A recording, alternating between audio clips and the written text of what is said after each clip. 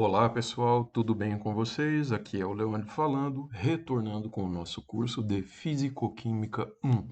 Nós já começamos a falar sobre termodinâmica, ainda não falamos exatamente sobre a primeira lei, mas nós estamos a caminho de. E o livro, o principal livro-texto que nós utilizamos nas nossas aulas, esse capítulo, que é o capítulo 2, que trata sobre termodinâmica, o título ou subtítulo desse capítulo é A Primeira Lei.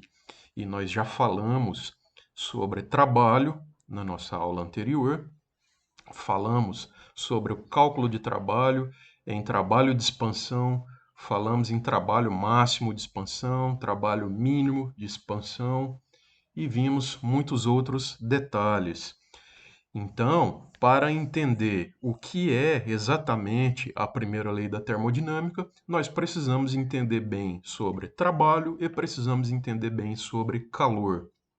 Temos que entender, portanto, bem essas duas coisas. E sobre trabalho nós já falamos, e a partir desse momento nós vamos falar sobre calor, certo? Então nós estamos a caminho, né, em busca de entender o que é a tal da primeira lei da termodinâmica. Então nós vamos focar nesse momento nas trocas de calor, como é que a gente mede trocas de calor, experimentalmente falando, e vários outros detalhes que nós vamos conferir também. Eu queria começar essa aula falando sobre essa imagem aqui, certo? Que é uma chama aqui e duas chaleiras, né? Nós temos aquela concepção, às vezes, né, não pensamos bem, não analisamos a fundo esse tipo de situação, mas muitas vezes nós temos na cabeça que temperatura e calor é a mesma coisa, tá? E não é. Outra coisa que a gente também, sem pensar muito, a gente acaba assumindo aquilo como verdade, é que ao aquecer um determinado objeto, um determinado corpo, uma determinada substância, necessariamente a temperatura desse corpo, desse objeto vai aumentar? A resposta é não, né? Na maioria das vezes isso acontece. Se você transfere calor para um objeto, a temperatura dele vai aumentar, né? Na maioria das vezes. Mas nós temos que entender um pouco e revisar, na verdade, você já deve conhecer essas propriedades, né, as capacidades caloríficas, e não é sempre verdadeiro que ao aquecer um objeto a temperatura dele vai aumentar. Então, não necessariamente, né?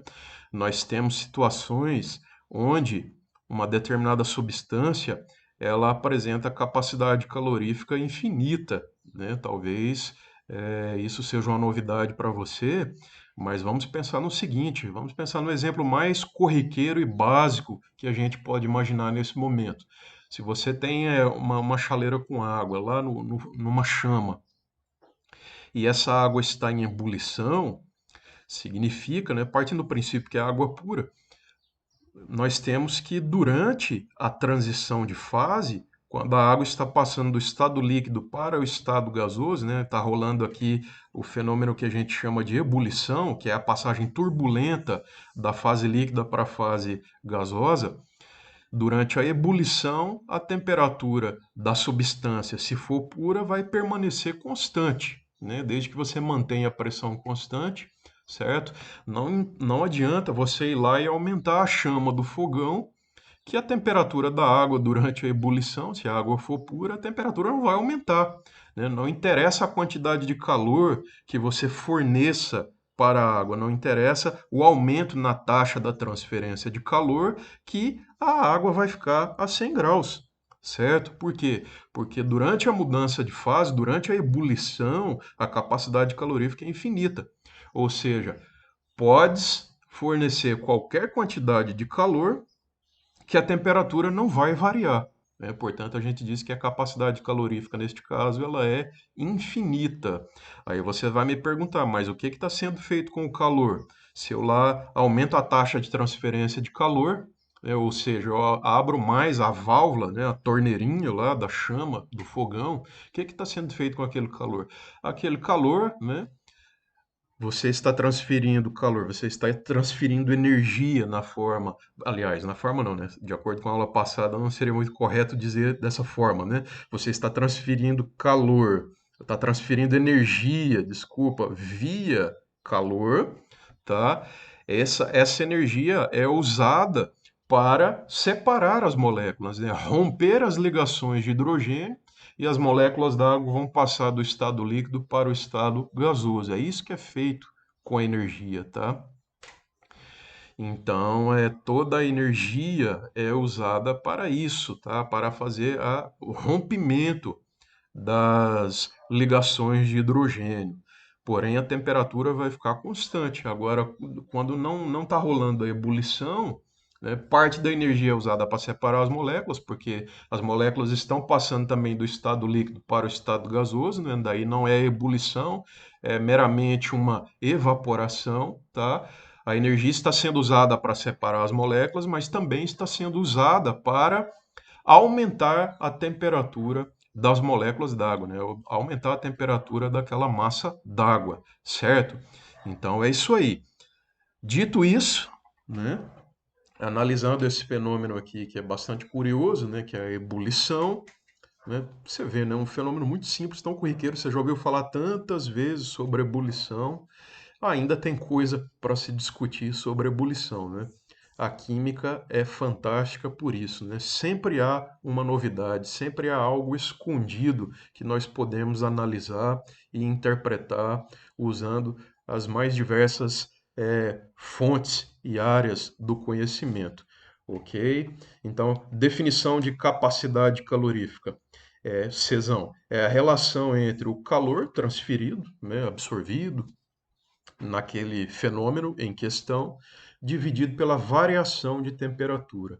Então, se o calor, a quantidade de calor é medida em joule, a temperatura, a escala absoluta, unidade SI é o Kelvin, então nós temos que a capacidade calorífica ela vai ser reportada em joule por Kelvin normalmente, tá? Outras unidades são possíveis, mas é muito comum aparecer na termodinâmica para gente que é químico, Joule por Kelvin, tá? Então é a relação entre Q e ΔT, quantidade de calor transferida e variação de temperatura observada devido àquela transferência de calor, né? Resumindo, né, em outras palavras, para ficar fácil de entender, é o quanto de calor você tem que transferir para aquela amostra, para aquela substância, tá? Para que a temperatura varie de 1 Kelvin. Ok? Por isso, joule por Kelvin. Dei tantos joules para que a temperatura varie de 1 Kelvin. Isso é capacidade calorífica. Nós temos também a capacidade calorífica específica. Talvez lá no ensino médio você ouviu falar de calor específico. É a mesma coisa, tá? Capacidade calorífica específica e calor específico é a mesma coisa, certo? E a diferença entre a capacidade calorífica e a capacidade calorífica específica é que você vai pegar, para calcular a capacidade calorífica específica, você vai dividir a capacidade calorífica pela massa, tá?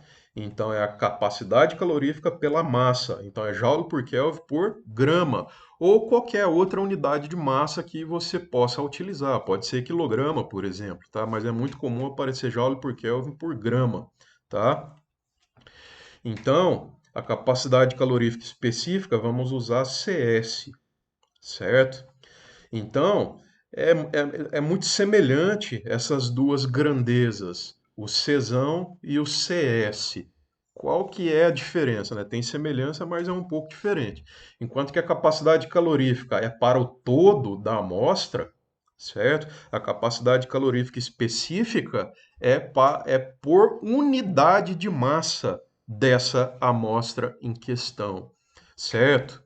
Então você pode falar em capacidade calorífica de uma piscina d'água, você pode falar em capacidade calorífica para uma panela d'água, para 1 litro d'água, seja lá para 1 quilo de ferro, 2 quilos de ferro, tá? Mas a capacidade calorífica ela muda com o tamanho, com a extensão da amostra, certo? Então, a capacidade calorífica de 1 quilo de ferro é diferente da capacidade calorífica de 2 quilos de ferro, né? Tanto é que a capacidade calorífica de 2 quilos de ferro é o dobro da capacidade calorífica de 1 quilo de ferro, né? Isso faz muito sentido. Pensa no seguinte, para você pegar você pega 2 quilos de ferro, que é variar a temperatura dele de 1 Kelvin, você vai gastar o dobro da quantidade de calor que você gastaria para provocar a mesma variação de temperatura, ou seja, 1 Kelvin, para 1 quilo de ferro. Tá? Então a gente diz que a capacidade calorífica é uma propriedade extensiva, depende da extensão, do tamanho da amostra. Tá? A seguir, mas no final desse slide aqui, nós vamos falar mais sobre isso. E a capacidade calorífica específica, aí é por unidade de massa, tá? Então é por unidade de massa. Aquilo que você reportou para a amostra inteira, 1 quilo, 2 quilos de ferro, você vai reportar por unidade de massa dessa amostra, né? Então tem que dividir a capacidade calorífica pela massa, ok? Por isso, joule por Kelvin por grama, se você estiver usando a unidade de massa gramas, tá? Então, o que que a capacidade calorífica específica ela te informa? O quanto de calor você tem que transferir por unidade de massa, certo? Para que a temperatura varie de 1 Kelvin. É isso, a capacidade calorífica específica. E químico, né, adora reportar as coisas por mol, tá? Então, uma grandeza muito importante nesse contexto de trocas de calor, nesse contexto de capacidades caloríficas, é a capacidade calorífica molar, tá? Que nada mais é do que Czão Mzinho, subscrito. Você pega a capacidade calorífica da amostra, né? Aquela amostra grande, 1 quilo de ferro, 2 quilos de água, 300 quilos de água, e divide pelo número de mol da sua amostra, né? Divide pela quantidade de matéria da sua amostra.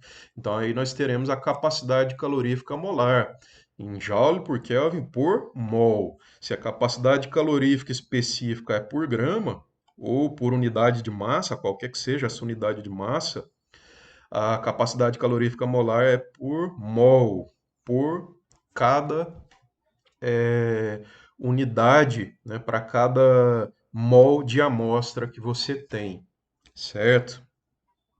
Então, o que que a capacidade calorífica molar te informa? A quantidade de calor a ser fornecida, tá?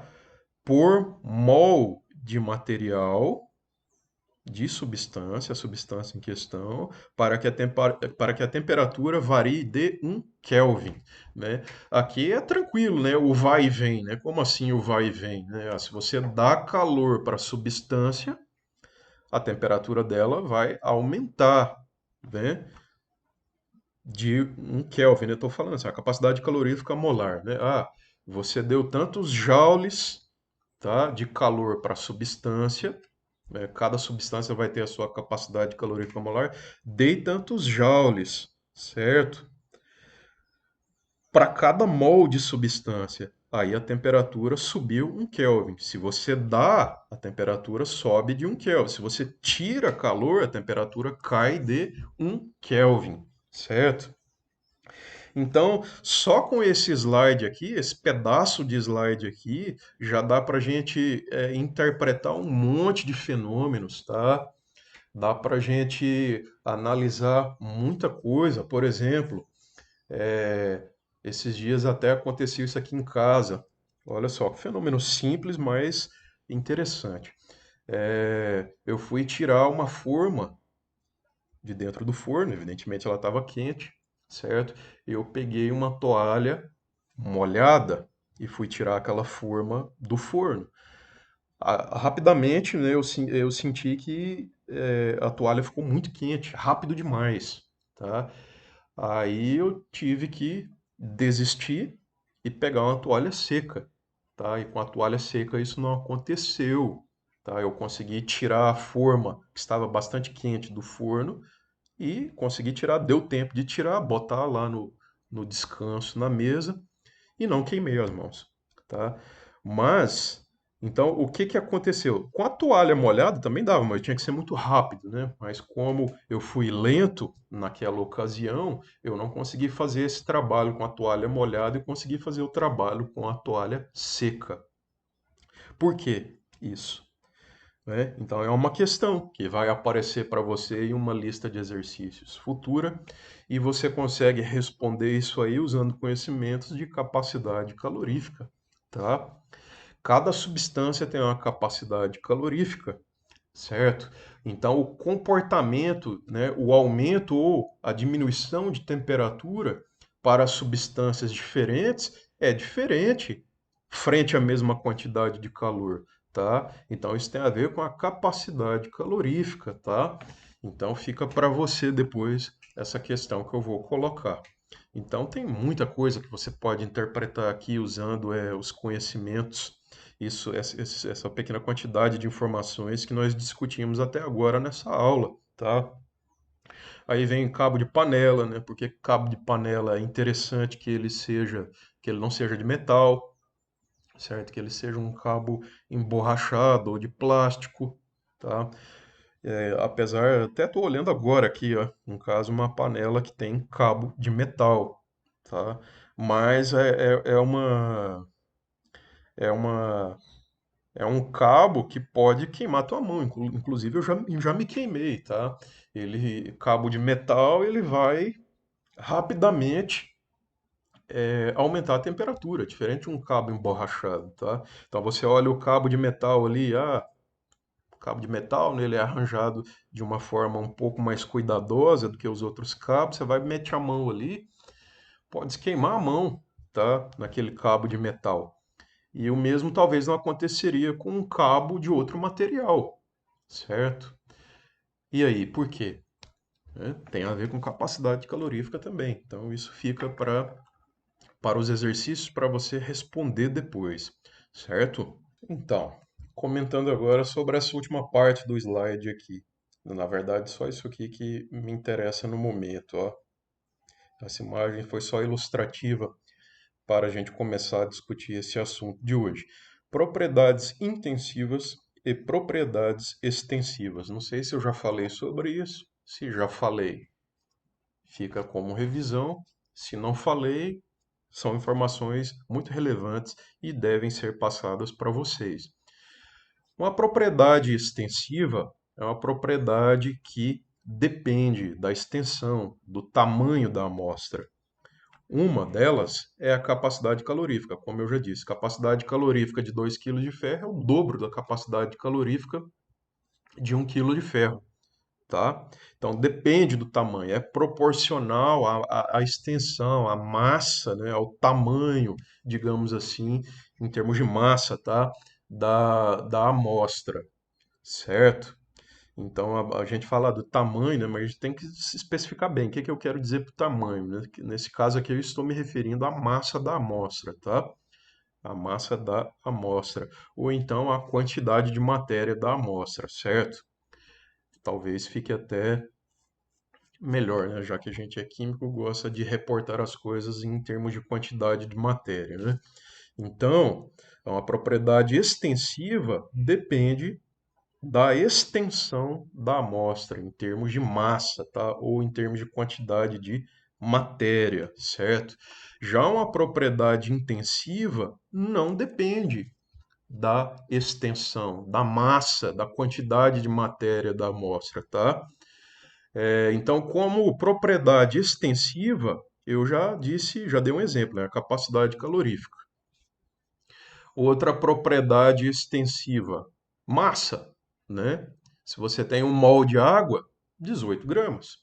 Se você tem 2 mol de água, quantos gramas? 36 gramas. Então, a própria massa é uma grandeza, tá? É uma propriedade, é uma grandeza extensiva.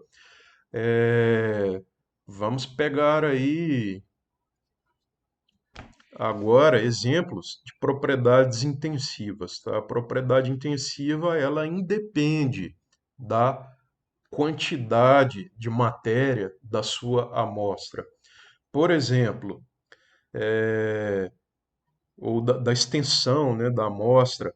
Quer ver? Vamos pegar A própria capacidade calorífica específica, certo?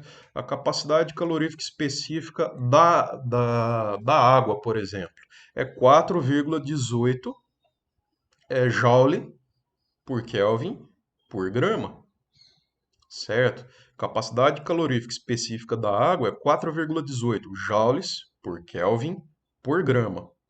Não interessa se você tem um tambor de 200 litros d'água ou se você tem um copo d'água, certo? Esse valor não vai mudar com a quantidade de água que você tenha em mãos, certo? Por quê? Porque a capacidade calorífica específica, veja, ela é reportada por unidade de massa. Bom, não interessa o tamanho da amostra, certo? Não interessa se você está fazendo um experimento para determinar a capacidade calorífica específica da água, não interessa o tanto de água que você pegue. Pode ser um copo, pode ser uma piscina olímpica d'água. Você vai encontrar aquele valor, tá, de 4,18 joule por Kelvin por grama, tá? Esse valor não muda com a extensão da amostra, certo?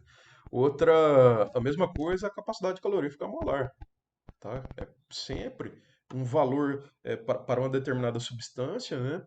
Para aquela quantidade, para um mol da substância. Não interessa se tua amostra é gigantesca ou minúscula, tá? Esse valor não vai mudar com a extensão da amostra. Outra propriedade ou grandeza intensiva que é fácil de entender, certo? Densidade. A densidade é uma propriedade intensiva. Quer ver? Pensa no seguinte: você está analisando uma amostra, uma determinada solução, certo? Você quer determinar a densidade. Ah, quero determinar a densidade da água de um rio, certo? Aí você vai lá no rio, coleta uma amostra. Vamos supor que você pegou uma garrafa de 2 litros, uma amostra de 2 litros da água daquele rio que você quer analisar, quer determinar a densidade. Vai para o laboratório, tá? Determina a densidade dessa amostra. Né? Você não necessariamente você precisa usar toda aquela amostra que você pegou de 2 litros. Você vai pegar uma pequena fração, tá? E você vai replicar esse experimento, né? Vamos supor que você pegou cinco, vamos fazer triplicata, 3 pequenas porções daqueles 2 litros d'água, certo? Aí você vai determinar a densidade para aquelas 3 pequenas amostras, ou sei lá, você é um químico cuidadoso, vai fazer para um número muito grande de amostras, tá? Ah, quero fazer para 100 amostras, faz para 100 amostras. Vai mudar a densidade? Não, né? Porque a densidade, ela, você está pegando da mesma amostra mãe, certo? Que você coletou lá no rio, tá? Então, independe se você vai lá, pega 2 litros, 5 litros, 100 litros, 1.000 litros, a densidade não vai mudar, tá? Com o tamanho da alíquota que você está pegando, com o tamanho da amostra que você está analisando, certo? Se a água tem a mesma origem, tá? Não vai mudar a densidade. Então, é uma grandeza, é uma propriedade intensiva, que não muda com a extensão da amostra, certo? Então você está lá no laboratório, tem lá um frasco com uma solução de sacarose, certo? Aí você pega daquele frasco, daquele balão volumétrico contendo a solução de sacarose, você pega 3 gotas. Aí qual que é a densidade? Aí você pega aquela solução, outro colega seu pega aquela solução de sacarose, ao invés de 3 gotas, ele pega 3 ml. A densidade vai mudar, a densidade vai ser diferente da solução de sacarose para aquelas 3 gotas e para aqueles 3 ml que teu colega pegou? Não, a densidade não muda com a extensão da amostra, certo? Então são propriedades intensivas, né? Densidade é uma propriedade intensiva, certo, pessoal? Bom, pessoal, vou apresentar aqui para vocês agora, rapidamente, tá? Bem breve, que são capacidades caloríficas de alguns materiais e substâncias comuns, e são dados tabelados, obtidos experimentalmente, Quando a gente precisa dessas informações, devemos recorrer a uma fonte, uma base de dados que seja confiável. Então vamos dar uma olhada aqui. A capacidade calorífica específica, tá? Nós vimos que capacidade calorífica específica é CS. Que diabos esse pezinho está fazendo aqui? Esse pezinho foi colocado aqui para nos informar que esses valores são válidos à pressão constante, tá? Então, são capacidades caloríficas que foram medidas à pressão constante. Então, CPS é capacidade calorífica específica à pressão constante, tá? Unidade, evidentemente, não vai mudar, já que foi medida a pressão constante. Tá? Joule por Kelvin por grama, tá? E CPM, capacidade calorífica molar, pezinho de pressão constante. Por que eu estou dando ênfase a essa questão da pressão constante? Porque nós também temos, além das capacidades caloríficas medidas à pressão constante, nós temos as capacidades caloríficas medidas a volume constante, tá? Então, dá diferença, tá? Tem diferença nesses valores do CP, que é a capacidade calorífica à pressão constante, e CV, que é a capacidade calorífica a volume constante. Então, a volume constante bastaria trocar esse Pzinho por um V, tá? Pzinho por um Vzinho, para fazer referência a que aquele valor foi medido, foi obtido em condições onde o volume permaneceu constante, tá? Isso aí, quando é a pressão constante, nós temos alguns detalhes, e quando é a volume constante, nós temos outros detalhes, tá? Lembra que se o volume não for constante, tá? O sistema pode expandir e realizar o quê? Trabalho de expansão. Lembra do trabalho de expansão que nós falamos na aula anterior? Né? Tem que ter uma variação de volume para você ter a realização de trabalho de expansão. Então, o calor transferido em condições a pressão constante e a volume constante, fenômenos diferentes, tá? A substância pode pegar entre aspas aquele calor e fazer coisas diferentes com ele, tá? Pode usar para aumentar a temperatura e pode usar também para realizar trabalho, tá? Depende se a pressão é constante ou se o volume é constante, tá? Então, só para te alertar que pode aparecer esses detalhes aí nos exercícios, nas provas, nos concursos, é, nos nos ENADs da vida, tá? Pode aparecer CP e CV. Então você foi orientado, dito isto, então vamos seguir adiante, né? O calor, a capacidade calorífica específica ou calor específico do ar, ó, é 1,01 gramas, desculpa, joule por Kelvin por grama. Isso quer dizer que basta você fornecer 1,01 joules para 1 grama de ar para que a temperatura sofra uma variação de 1 Kelvin, certo? Ó, benzeno já é um pouco maior. Olha, cobre, é muito interessante a gente analisar as capacidades caloríficas dos metais. Olha como é baixo, tá? O cobre, ó, sendo um metal, capacidade calorífica bem menor, ó, do que o ar, tá? Então aqui eu já estou te dando uma dica, ó. Vamos ver se tem outro metal aqui. Opa, ó, aço 0,51, ó. Veja que quando nós temos metais na jogada, ó, a capacidade calorífica é bem baixa. A capacidade calorífica específica, ou outras também, né, consequentemente, serão pequenas também. Olha a água, como eu disse, ó, 4,18 para cada grama de água. Se a água estiver líquida, olha só que loucura. Quando a água é sólida, é um valor bem parecido quando ela é gasosa, ó, quando ela é líquida, ó, é bem maior, é o dobro a capacidade calorífica da água quando líquida comparada com sólido e estado gasoso, ó. E aí eu te pergunto, em termos de ligações químicas, olha só, qual que é a diferença da água sólida para água líquida e água gasosa? Hã? Não sei se já te contaram isso um dia, você já estudou sobre isso, mas olha só, na água líquida nós temos as chamadas ligações de hidrogênio. Na água sólida, não, tá? Na água líquida, como as moléculas têm um pouco mais de liberdade, elas conseguem se orientar de tal forma a maximizar, a favorecer as ligações de hidrogênio, tá? Então, a ligação de hidrogênio, ela depende da orientação. A ligação de hidrogênio depende daquele hidrogênio de uma molécula d'água interagir com o par de elétrons livre da outra molécula d'água vizinha, tá?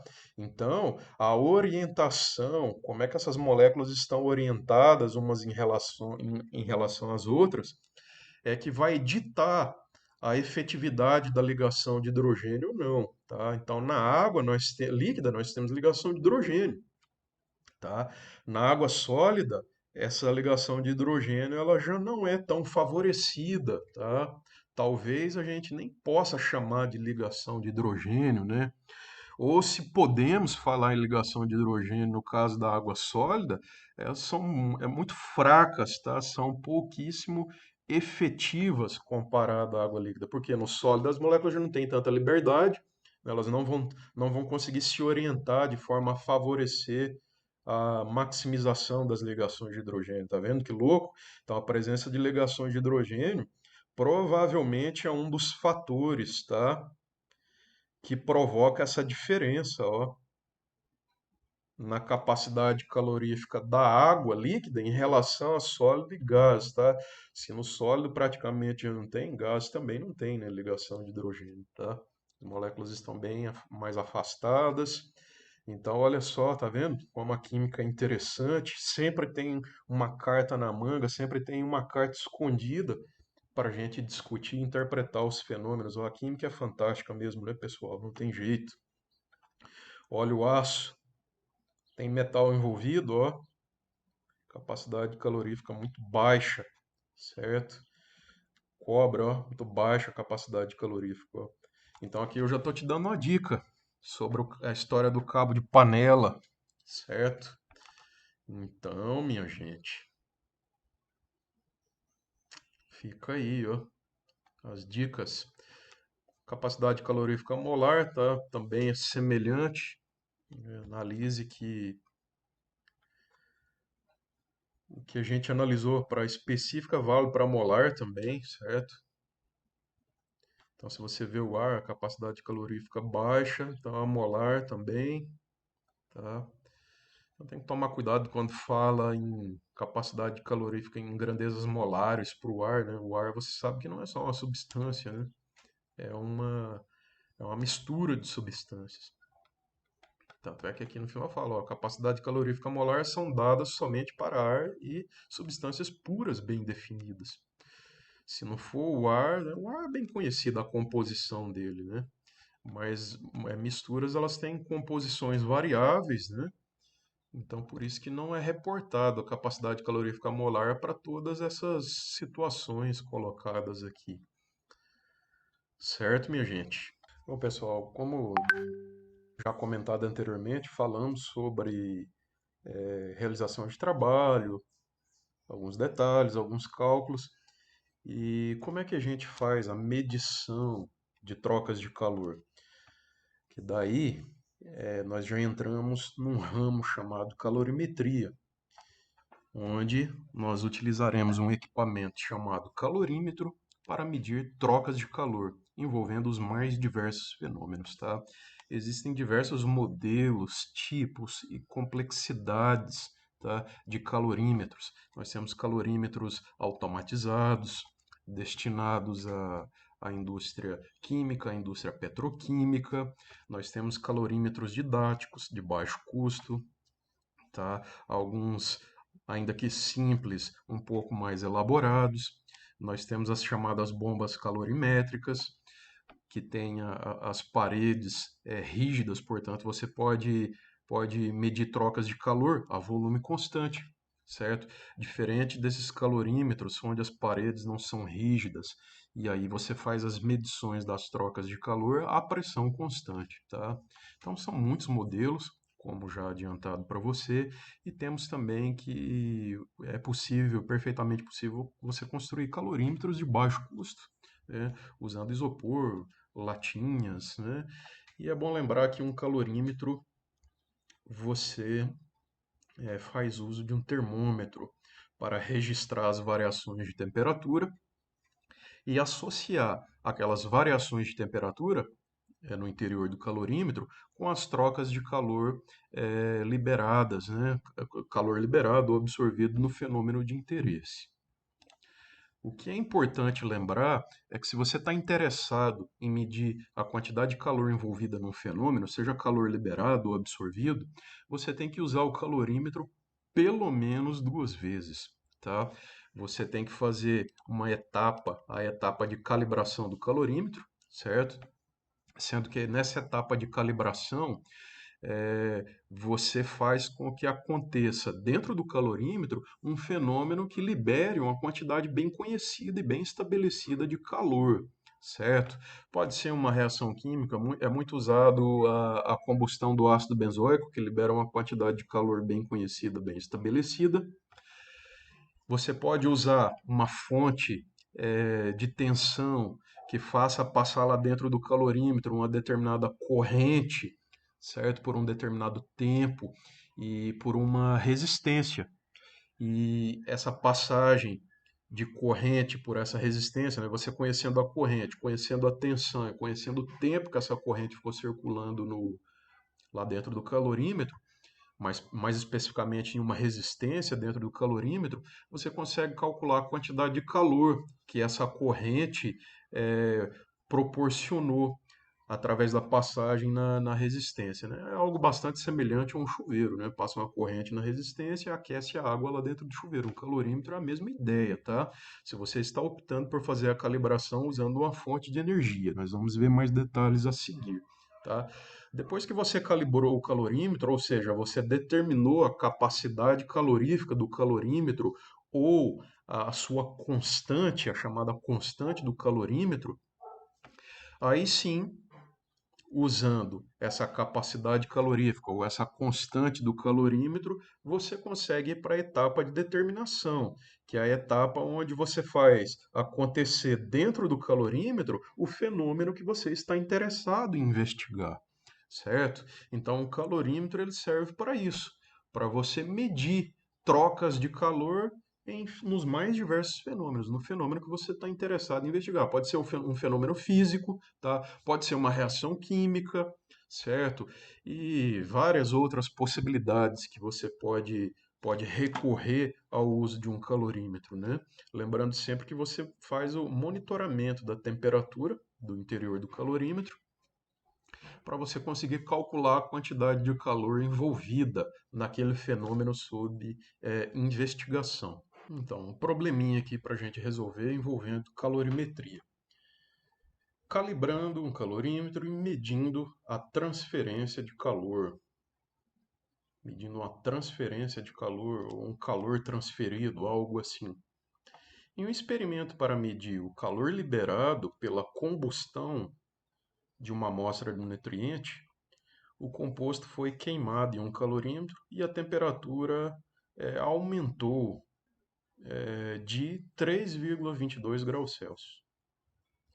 Quando uma corrente de 1,23 ampere, a partir de uma fonte de 12 volts, flui através de uma resistência, um aquecedor ou algo do tipo, neste mesmo calorímetro, por 156 segundos, a temperatura aumenta de 4,47 graus Celsius. Qual é o calor liberado pela reação de combustão? Então, nós temos que sacar aqui, ó, retirar informações para duas etapas distintas: a etapa de calibração e a etapa de determinação, certo? Então veja, o que a gente quer determinar? A gente quer determinar o calor liberado pela combustão de uma amostra de um determinado nutriente, né? Não foi dito nada para a gente sobre isso, para a gente não interessa, né? Para nós químicos, houve uma combustão, tem a combustão de uma determinada substância que ele chama de nutriente, ok? A gente que é químico sabe que uma combustão vai liberar calor e a gente está interessado em obter quanto de calor que foi liberado através dessa combustão. Esse é o nosso problema, essa é a nossa determinação, tá? Então, essa informação aqui, ó, esse ΔT, né, essa variação de temperatura de 3,22 graus Celsius, isso pertence a quem? A etapa da determinação. Esse 3,22 graus Celsius foi a variação de temperatura quando alguém inseriu dentro do calorímetro o nutriente e promoveu a combustão dele. Então, esse 3,22 graus Celsius é o ΔT, é a variação de temperatura devido à combustão da amostra de nutriente, tá? A tal da determinação, tá? Estou chamando aqui de determinação. Então, a única informação que eu tenho para a etapa de determinação é o 3,22 graus Celsius. Mais nada, nada mais do que isso. Agora, olha as outras informações. Uma corrente de 1,23 amperes, fonte de 12 volts e tempo 156 segundos. Então nós temos corrente, voltagem, ou diferença de potencial, e tempo, ok? Então essa corrente, a partir dessa fonte de voltagem, fluindo lá dentro do calorímetro por 156 segundos, fez a temperatura interna do calorímetro aumentar 4,47 graus Celsius, tá? Então tudo isso aqui, ó, essa amperagem, essa voltagem, esse tempo e essa variação de temperatura, isso pertence a quem? A etapa de calibração, certo? Pertence à etapa de calibração. Então tem que ficar atento, bastante atento quanto isso. Às vezes, os alunos na resolução das questões de listas e prova fazem uma certa confusão, tá? O que confunde determinação com calibração acaba misturando os valores e errando a questão, tá? Então fica aí a dica, né? Preste atenção quem é quem aí, quais dados pertencem à calibração e quais dados pertencem à determinação. Bom, é bem conhecida uma relação na física, a gente aprende isso normalmente em física, a gente consegue relacionar amperagem com voltagem e tempo que essa corrente ficou circulando usando essa fonte, essa diferença de potencial, a gente consegue calcular o calor liberado pela resistência, tá? A gente consegue calcular o calor liberado pela resistência. E essa relação ela é muito simples, ó. Q, né, a quantidade de calor liberado pela resistência é igual a corrente voltagem vezes tempo, tá? Q igual a IVT. Aplicando essa fórmula simples aqui, você consegue calcular a quantidade de calor liberada pela resistência, certo? Não sei se você está lembrado aí, né, desenferrujando seus conhecimentos de física, aquela parte de eletricidade, o que é ampere? Um ampere é coulomb por segundo, né? A quantidade de carga que atravessa a seção reta, né, de um condutor por segundo. Então, 1,23 ampere é 1,23 coulomb por segundo. Não sei se você está lembrado aí o que é volt, o que significa dizer que uma fonte, uma bateria, ela tem uma diferença de potencial de 12 volts. Significa o seguinte: volt é joule por coulomb. Significa o seguinte: falar que uma bateria ela tem 12 volts significa você dizer o seguinte, que cada coulomb de carga que atravessa aquela bateria, que chega naquela bateria, esses 12 esse 1 coulomb, né? 1 coulomb que chega na bateria, ele ganha uma energia de 12 joules, tá? Então, 12 volts é 12 joules por coulomb. Isso é a energia em joule, tá? 12 joules é a energia em joule que a bateria fornece por unidade de carga que chega até ela, ok? Então, cada coulomb de carga que chega lá na bateria ganha 12 joules de energia, certo? Né? Em outras palavras, a bateria aumenta em 12 joules a energia de cada coulomb de carga que chega lá na bateria. É isso. E esse 4,47 graus Celsius é a temperatura, é o aumento na temperatura interna do calorímetro devido aquele calor desprendido pela resistência, tá? Bom, agora aqui mais detalhes e vamos fazer os cálculos aqui. Bom, antes de prosseguir com os cálculos, só recapitulando rapidamente, você tem o calorímetro, certo? E neste caso você quer determinar quanto de calor libera a combustão de um nutriente. Então tem que colocar o nutriente para queimar lá dentro do calorímetro e você tem que monitorar a variação da temperatura para depois associar aquela variação de temperatura com a quantidade de calor liberado pela queima do nutriente. Só que isso só é possível se você faz a calibração. Etapa da calibração. Neste caso, tá? Neste caso, a calibração foi feita da seguinte forma: pegou-se uma fonte de 12 volts, né? Essas fontes são ajustáveis, você controla controla a voltagem, né? Controla a diferença de potencial e a corrente. Então, você ajusta a fonte. Normalmente, o que se coloca para calibrar o calorímetro é só água, né? Bota a água lá dentro do calorímetro. O calorímetro tem uma resistência lá dentro, né? Parecido com um chuveiro, só que uma resistência mais fininha, né? Menos robusta. Ajusta a corrente, ajusta a diferença de potencial, liga a fonte e faz a cronometragem do tempo. Tá? Então vai circular aquela corrente que você selecionou, neste caso 1,23 ampere, com aquela voltagem e você monitora o tempo. Tá? Aqui neste caso a pessoa monitorou o tempo por 156 segundos. Aí desligou a fonte de tensão, mediu a temperatura e viu que a temperatura aumentou de 4,47 graus Celsius.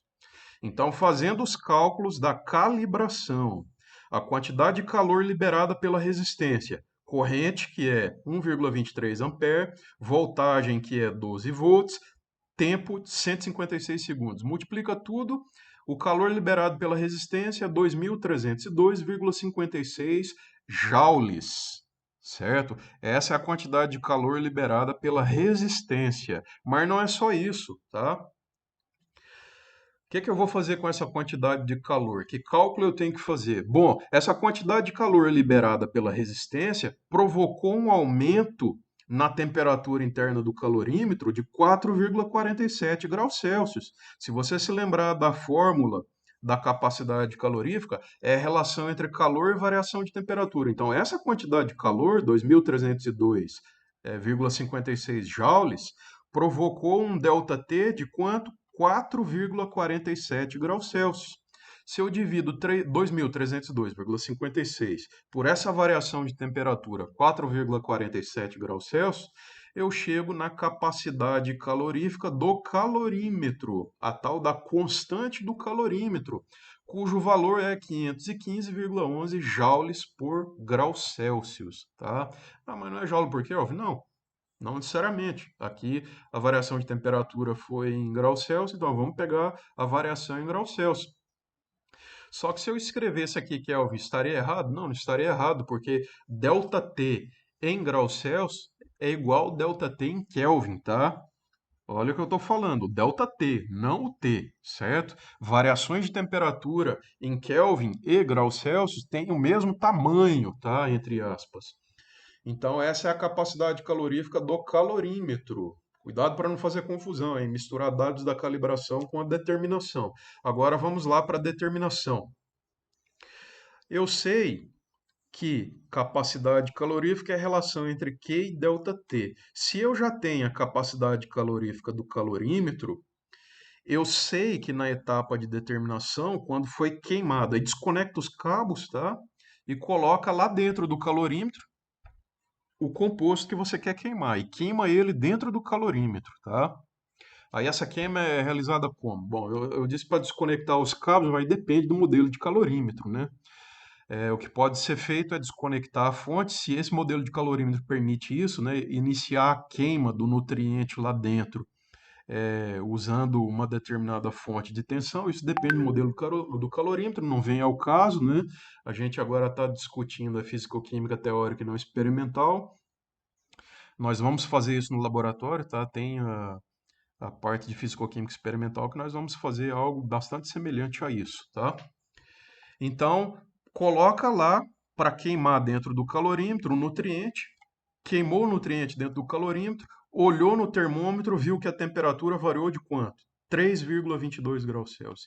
Então, se a variação de temperatura agora na determinação foi 3,22 graus Celsius, e eu multiplicar esse 3,22 pela constante do calorímetro, tá? Que é 515,11, que eu determinei anteriormente, eu chego no calor liberado pela combustão, o qual é 1.658,67 joules.